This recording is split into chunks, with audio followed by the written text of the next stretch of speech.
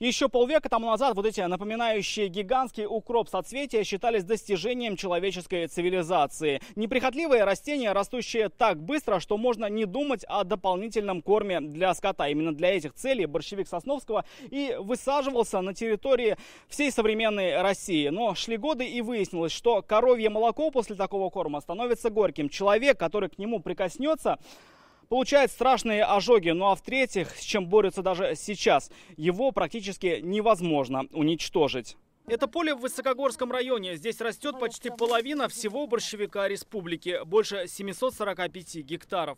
Борщевик действительно стал серьезной проблемой. Ежегодно на борьбу с борщевиком республика тратит десятки миллионов рублей. Здесь растение уничтожают на 600 гектарах, но оно снова вырастает. Часть семян разлетается по воздуху, часть по воде.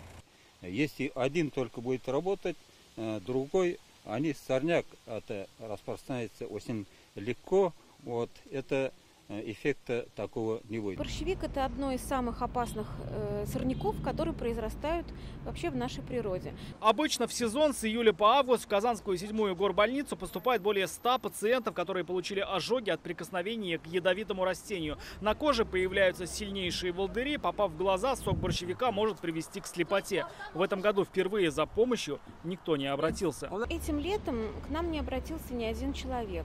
Это огромная заслуга Республики Татарстан, что в момент того, когда стал перед садовым сезоном, все-таки борщевик обрабатывали. Для борьбы с борщевиком в республике разработана 5-летняя программа. В последние 3 года Минсельхоз Татарстана субсидирует работы по уничтожению опасного вредителя. Десятки миллионов рублей распределяют между муниципалитетами, и уже районы находят подрядчиков. Но, как ни парадоксально, борщевика становится только больше. Если в прошлом году он захватил территорию в 1380 гектаров, то в этом уже 1510. Больше всего борщевика в Высокогорском, Балтасинском, Пестричинском, Арском и Агрызском районах. В районах ведется борьба. В этом году 25 миллионов выделено на борьбу с борщевиком. Проведены агротехнические и химические меры борьбы. Тендер в самом проблемном Высокогорском районе в этом году выиграла самарская компания и обработала 600 гектаров против прошлогодних 400.